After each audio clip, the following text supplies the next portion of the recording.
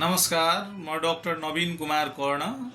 ह्यानिमेन homeo औषधाले main road Lalbandi सहरलाई खास गरिकन किडनी र पिसाब थैलीमा हुने पत्थरीलाई होमियोप्याथिक उपचार पद्धतिले बिना अपरेसन 10 देखि 12 mm सम्म पत्थरीलाई निकाल्न सकिन्छ र जुन पत्थरी बारम्बार अपरेसन गरेर पनि पलाउने समस्या छ भने त्यस्ता समस्यालाई पनि समाधान होमियोप्याथिक उपचारबाट हुन्छ।